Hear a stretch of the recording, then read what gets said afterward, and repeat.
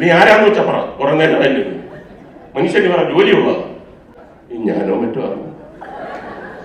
ഞാനായിരിക്കൂ, ഞാൻ തന്നെ. കാര്യം എല്ലാ ഭാഷകളിലും തെലുങ്ക്, തമിഴ്, കന്നഡ, മലയാളം, പിന്നെ 1-2 ഭാഷകൾ അവർ ഉണ്ടാക്കിക്കൊണ്ടിരിക്കുകയാണ് ഹീറോയിന് വേണ്ടി. തുളു ഭാഷയിലൊക്കെ വിളിക്കുന്നുണ്ട്. ഇപ്പൊ തന്നെ അരുണാചൽ പ്രദേശിൽ വിളിച്ചിട്ട് ലൊക്കേഷൻ ശരിയല്ലാത്തതുകൊണ്ട് പോകുന്നില്ല എന്ന് പറഞ്ഞു. അന്നും ഇതൊക്കെ തന്നെയാണ്.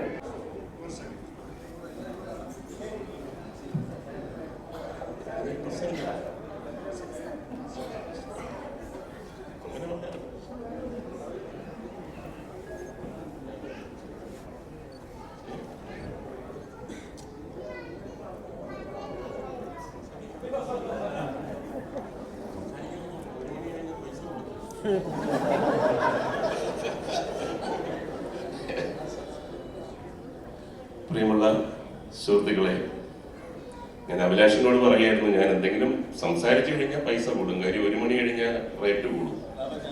കൊടുത്തോളാം. അല്ല, ചില സന്ദർഭങ്ങളിൽ നമ്മൾ ഒന്ന് സംസാരിക്കാതെ പോകണം, ഒരു 2 വാക്ക് പറഞ്ഞിട്ട് പോകണമെന്നൊക്കെ അങ്ങനെ ആഗ്രഹിച്ചങ്ങനെ പോകും. എന്നാൽ ഇന്ന് എന്തോ ചില കാര്യങ്ങൾ, ചില ഓർമ്മകൾ ഇവിടെ നിങ്ങളുമായിട്ട് പങ്കുവെച്ചാൽ കൊള്ളാവുന്നുണ്ട്. പ്രത്യേകിച്ചും ഉർവശിയും ഉർവശിയുടെ മകളുമുള്ള സാഹചര്യം. മകളെ കണ്ടപ്പോൾ ഈ പ്രായത്തിൽ തന്നെ നമ്മൾ ഉർവശിയായിട്ട് അഭിനയിച്ചിട്ടുണ്ട്. മകളുടെ പ്രായത്തിൽ ഒരു കാലഘട്ടം, ഞാനൊരു 35 കൊല്ലം മുമ്പുള്ള ഒരു ചെറിയ ഓർമ്മ മകൾക്ക് വേണ്ടി, മകൾക്ക് അറിഞ്ഞൂടായിരിക്കും, അതൊക്കെ പങ്കുവെക്കുകയാണ്. 1921 എന്ന് പറഞ്ഞൊരു സിനിമ ഷൊർണൂർ നിലമ്പൂരിൽ ഷൂട്ട് ചെയ്യണം. മഞ്ചേരി നിലമ്പൂർ കാട്ടിനകത്താണ്. കാരവാൻ ഇല്ലാത്ത കാലം, എല്ലാവരും കൂടിയിരുന്ന് ഒരു കുടുംബത്തിലെ പോലെ, അംഗങ്ങളെ പോലെ പേഴ്സണലായിട്ടുള്ള കാര്യങ്ങൾ വരെ സംസാരിക്കുകയും അതിന് പ്രതിവിധികൾ എന്തെങ്കിലും വേണമെന്നുണ്ടെങ്കിൽ ചർച്ചയിലൂടെ അങ്ങനെ ഒരു വലിയ കുടുംബമായിട്ട് കഴിഞ്ഞിരുന്ന ഒരു കാലഘട്ടം ആസ്വദിക്കുവാൻ കഴിഞ്ഞ തലമുറയിലുള്ള ഒരാളാണ് ഞാൻ. അപ്പോൾ എല്ലാവരും കൂടിയിരിക്കുകയാണ്. ഒരു നടൻ എന്ന നിലയിൽ എപ്പോഴും ഒബ്സർവേഷൻസ് ആണ്. സിനിമയിൽ അങ്ങനെ ഒരു സാഹചര്യം വന്നാൽ നമ്മൾ ഏത് എക്സ്പ്രഷൻ ഇടും, എങ്ങനെ പെരുമാറും എന്നുള്ളത് നമ്മുടെ ചുറ്റിനുമുള്ള കാര്യങ്ങൾ നോക്കി പഠിക്കുകയും കൂടെ ചെയ്യണം ഒരു നടൻ. വളരെ അപ്രതീക്ഷിതമായിട്ട് ഒരുപാട് എക്സ്പ്രഷൻസ് ഞാൻ ആ കാലഘട്ടത്തിൽ ചെയ്തിരുന്ന തരത്തിലുള്ള റോളുകൾക്ക് വേണ്ടി എനിക്ക് കിട്ടി. ആ സംഭവമാണ് പറയാൻ പോകുന്നത്.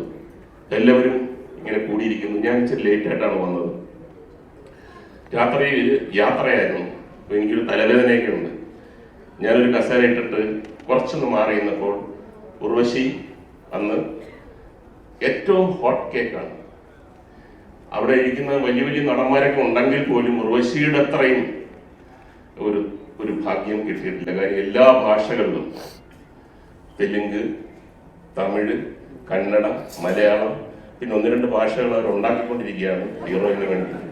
തുളു ഭാഷയിലൊക്കെ വിളിക്കുന്നുണ്ട്. ഇപ്പൊ തന്നെ അരുണാചൽ പ്രദേശിൽ വിളിച്ചിട്ട് ലൊക്കേഷൻ ശരിയല്ലാത്തതുകൊണ്ട് പോകുന്നില്ല എന്ന് പറഞ്ഞു. അന്നും ഇതൊക്കെ തന്നെയാണ്. പല പല ഭാഷകളിലുള്ള സിനിമകളിൽ അഭിനയിക്കുന്നു. അതോടൊപ്പം തന്നെ എല്ലാവർക്കും ഉർവശിയുടെ ഒരു സൗഹൃദം നാച്ചുറലി കിട്ടിയാൽ നമ്മുടെ സ്വന്തം ഫ്രണ്ടാണ് എന്നൊക്കെ പറയാൻ ആഗ്രഹിക്കുന്ന എല്ലാവരും 1921 എന്ന് പറഞ്ഞാൽ മലയാള സിനിമയിൽ ഇതുവരെയായിട്ടും ഉണ്ടായിട്ടുള്ള ഏറ്റവും വലിയ ചിത്രങ്ങളിൽ ഒന്നാണ്. ആദ്യം ഷൂട്ടിംഗ് സ്ഥലത്തേക്ക് തന്നെ വരുന്നതെന്ന് പറഞ്ഞാൽ ആദ്യം കുതിരപ്പട, കാളവണ്ടിപ്പട, പിന്നെ മേക്കപ്പിന്റെ വണ്ടി, കോസ്റ്റ്യൂമിന്റെ വണ്ടി, പോലീസിന്റെ വണ്ടി, അങ്ങനെ വണ്ടികൾ ഇങ്ങനെ വന്ന് മറിഞ്ഞ്, പിന്നാണ് ജൂനിയർ ആർട്ടിസ്റ്റുകളുടെ വണ്ടി, പിന്നാണ് ആർട്ടിസ്റ്റുകളുടെ വണ്ടി. അപ്പൊ അങ്ങനെ ഒരു വലിയ പടമാണ്. എല്ലാവരും ഇരിക്കുന്നു. ഞാൻ മാറി ഇങ്ങനെ ഇരുന്നപ്പോ ഒരിക്കലും ഞാൻ പ്രതീക്ഷിച്ചില്ല അന്നത്തെ ദിവസം 35 കൊല്ലം മുമ്പ് ഇവിടെ പറയാൻ പറ്റുന്ന ഒരു സംഭവം അവിടെ ഉണ്ടാവും. അപ്പൊ ഉർവശി എൻ്റെ അടുത്തൊന്ന് പറഞ്ഞു, അത് പറ്റത്തില്ല, മാറിയിരിക്കാൻ പറ്റത്തില്ല, ഇവിടെ വന്നിരിക്കണം. എനിക്ക് തലവേദനയുണ്ട് ഉർവശി, പ്ലീസ് എന്നെ ഇന്ന് വിട്ടുതരാം. അത് പറ്റത്തില്ല, മുകേഷ് ഏട്ടനൊക്കെ വന്ന് സംസാരിക്കും, അത് കേൾക്കാമെന്നൊക്കെ പറഞ്ഞിട്ടാണ് നമ്മൾ പല പല ഭാഷകളിലൊക്കെ അവരൊന്നും ആരും ഉണ്ടാത്തില്ല. ഇവിടെ ആണെങ്കിൽ എല്ലാവരും സംസാരിക്കുന്നത്. പറ്റത്തില്ല പറ്റത്തില്ല എന്ന് പറഞ്ഞാൽ എന്നെ നിർബന്ധിച്ച് അവിടെ കൊണ്ടിരുത്തി. അപ്പോ ഉർവശി സംസാരിക്കും. ഞാൻ പറഞ്ഞു, എന്ത് സംസാരിക്കാനാണ്, ഞാൻ ഇവിടെ ഇരുന്നോളാം, അത് പറ്റത്തില്ല. പെട്ടെന്ന് ഞാൻ പറഞ്ഞു, എന്നാ നമുക്കൊരു ചെറിയ ഒരു ഗെയിം. ഗെയിം കൊള്ളാം. ഉർവശി എന്നെ പറഞ്ഞു. അപ്പൊ ഞാൻ പറഞ്ഞു, ഉർവശിക്ക് ജീവിതത്തിൽ ഏറ്റവും ഇഷ്ടപ്പെട്ട ആളാരാണ്? എന്താ എക്സ്പ്രഷൻസ് അവിടെ മുഴുവൻ. ഞാനോ മറ്റോ ആണ്? ഞാനായിരിക്കൂ, ഞാൻ തന്നെ. IV ശശി ഡയറക്ടർ മുതൽ സുരേഷ് ഗോപി, മമ്മൂട്ടി, രതീഷ്, പിന്നെ ക്യാമറമാനൊക്കെ ഇങ്ങനെ നോക്കിയിരുന്ന ആള് ഞാൻ. ഉർവശിക്ക് അതിന്റെ ഒരു ഹുക്ക് അപ്പോഴാണ് മനസ്സിലായത്. ചോദ്യമൊന്നും പറ്റത്തില്ല.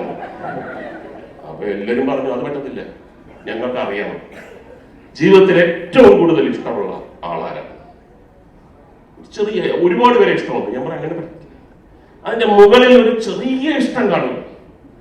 അപ്പോ ഈ നെഞ്ചിടിപ്പ് എന്നൊക്കെ പറയുമ്പോൾ നമുക്ക് കേൾക്കാൻ പലരുടെ അടുത്ത് നിന്നില്ലേ, അയ്യോ ഏറ്റവും വലിയ ശ്രദ്ധിക്കാത്തതെന്ന് പറഞ്ഞു കഴിഞ്ഞാൽ പ്രൊഡക്ഷൻ ചായ കൊടുക്കുന്ന ആൾക്കാർ, അങ്ങനെയൊക്കെയുള്ള ആൾക്കാർ. പിന്നെ നീ എന്റെ പേരെന്തായാലും പറയത്തില്ല. അപ്പോ ഒരു പ്രത്യേക ഘട്ടം വന്നപ്പോൾ ഞാൻ തന്നെ ഒരു റെമഡി പറഞ്ഞു, എഴുതി തന്നാ മതി. പറയാൻ നാണമാണെങ്കിൽ പറയണ്ട, എഴുതി തന്നാ മതി. അപ്പൊ ഉർവശിയുടെ മുഖത്തുള്ള എക്സ്പ്രഷൻ, വല്ല കാര്യമുണ്ടോ എനിക്ക് ഇയാളെ വിളിച്ച് ഇവിടെ കൊണ്ടിരിക്കും, അവിടെ ഇരുന്നതിനായിരുന്നു, ഒരു കുഴപ്പമില്ലാതെ. അങ്ങനെ ഉർവശി എഴുതി തന്നു. ഞാൻ നോക്കിയിട്ട് ഇത് ഞാൻ ഒരിക്കലും പ്രതീക്ഷിച്ചില്ല. അപ്പൊ വിജയിച്ച് പറഞ്ഞിട്ട്, നീ ആരാന്ന് വെച്ചാ പറ, കുറെ നേരം അല്ലത് മനുഷ്യന് പറ ജോലിയുള്ളതാണ്. അപ്പൊ ഞാൻ പറഞ്ഞു, ചേട്ടാ ഇത് നമ്മുടേതാണ് മനസ്സ്, ഒരാളുടെ മനസ്സിൽ ഇങ്ങനെ ഇരിക്കുന്നെന്ന് പറഞ്ഞു കഴിഞ്ഞാൽ അത് ചിലപ്പോൾ വലിയ, നമുക്ക് അറിഞ്ഞൂടാ. ഈ എലിസബത്ത് രാജ്ഞിയെ ചിലപ്പം രാജ്ഞിക്ക് ഇഷ്ടപ്പെടുന്ന ഡ്രൈവറായിരിക്കും പറയാനൊക്കെ. അപ്പൊ ഡ്രൈവർമാരൊക്കെ ഇനി ഞാനോ മറ്റോ അത് ഗംഭീരമായ ഒരു അറ്റ്മോസ്ഫിയർ അങ്ങോട്ട് വരികയാണ്. അപ്പൊ എഴുതി തന്നെന്ന് പറഞ്ഞു കഴിഞ്ഞാൽ ചവറ VP നായർ, അത് ഉർവശിയുടെ അച്ഛൻ തന്നെയാണ്. അപ്പൊ അത് പറഞ്ഞു കഴിഞ്ഞാൽ തീർന്നല്ലോ. ഞാൻ പറഞ്ഞു, വളരെ ഉർവശി ഇപ്പൊ പറയണമെന്ന് പറഞ്ഞു. ഉർവശിക്കാണ് പറയണമെന്നുള്ള ഏറ്റവും നിർബന്ധം. കാര്യം ഈ കൂട്ടത്തിന് ഒറ്റയടിക്ക് ഇല്ലാതാക്കാനുള്ള. അപ്പം മമ്മൂട്ടി പറഞ്ഞു, നീ പറ, എന്തായാലും ഇത്രയൊക്കെ ആയി, പറ. അപ്പൊ ഞാൻ പറഞ്ഞു, ഈ ഭക്ഷണമൊക്കെ വിളമ്പുന്ന ഒരു പ്രതീക്ഷയില്ലാതിരുന്ന ജോസ് എന്ന് പറഞ്ഞൊരാള്, ജോസ് ഒരു ചായപാത്രം വീഴുന്ന സ്ഥലം. ജോസിന്റെ ഒരു ലുക്കുണ്ട്, ഇത്രയും കാലം എന്നിൽ നിന്നും മറച്ചു വെച്ച ഒരു വാക്ക് നേരത്തെ പറയാമായിരുന്നു. ചായയിലൊക്കെ ഞാൻ എന്ത് മധുരമിട്ട് തന്നെ. അപ്പം ഉർവശിയുടെ ഒരു സ്ക്രീമിങ്ങിന്റെ സൗണ്ടായി. ഉർവശിയെ പോലെ സുന്ദരിയായ ഒരു പെൺകുട്ടിയുടെ വായിൽ നിന്ന് ഇങ്ങനൊരു സൗണ്ട് ഞാൻ പ്രതീക്ഷിച്ചില്ല. പറ്റത്തില്ല, സത്യം പറയണം. അപ്പൊ ഞാൻ ഒരു ഡ്രൈവറുണ്ട് കുട്ടപ്പൻ, അവൻ വേറെന്തോ പണിക്കുന്നില്ല കാരണം. അപ്പൊ ഞാൻ പറഞ്ഞു, ഡ്രൈവർ കുട്ടപ്പൻ എന്ന് പറഞ്ഞിട്ട് കീറിക്കള. ഒരു ഹോണിന്റെ സൗണ്ട് കിട്ടി, ഫ്രണ്ടിലോട്ട് വീണതാണോ അതോ കൈ തട്ടിയതാണോ എന്ന് പറഞ്ഞു. അതിന്റെ കൂട്ടത്തിൽ തന്നെ നേരത്തെ കാട്ടി മോശപ്പെട്ട ഒരു സൗണ്ട് ഉർവശി സുന്ദരിയുടെ വായിൽ നിന്നും. കാര്യം ഉർവശിക്ക് അറിയാം, ഇവരൊക്കെ ഇത് വിശ്വസിച്ചില്ല. പിന്നെ അവ എല്ലാവരും പറഞ്ഞു, എന്താണെന്നൊക്കെ പറഞ്ഞപ്പോ ഞാൻ പറഞ്ഞില്ല, ഇനി ഇത് പറയാം ഉർവശിക്ക് ഇഷ്ടമല്ല, ഞാൻ പറയത്തില്ല എന്ന് പറഞ്ഞാൽ അതൊരു സസ്പെൻസ് ആയിട്ട് എത്രയോ കൊല്ലം പലരും എന്നോട് പറഞ്ഞു, നീ ഞാനും പറ്റുമോ? അല്ല, ശരി. എന്റെ ടൈലന്റ് എന്ന് പറഞ്ഞ ഉർവശി പറഞ്ഞു, അവിടെ പോയിരുന്നു, തലവേദനയില്ലേ, അവിടെ പോയിരുന്നു. ഞാൻ പറഞ്ഞല്ല, വേറൊരു ഗെയിമുണ്ട്. ഇനി ഒരു ഗെയിമും ഇല്ല. അവിടെ പോയിരുന്നു എന്ന് പറഞ്ഞപ്പോൾ എന്നെ നിർബന്ധിച്ച് അവിടെ പിടിച്ചിരുത്തിയ ഒരു ചെറിയ എത്ര എക്സ്പ്രഷൻസ് ആണ് ഒരു ആക്ടർ എന്ന് എനിക്ക് കിട്ടിയത്.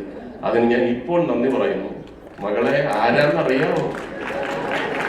ഈ 3 തരത്തിൽ ഉള്ള കാര്യങ്ങളാണ്, എല്ലാം സന്തോഷമുള്ള കാര്യങ്ങളാണ്.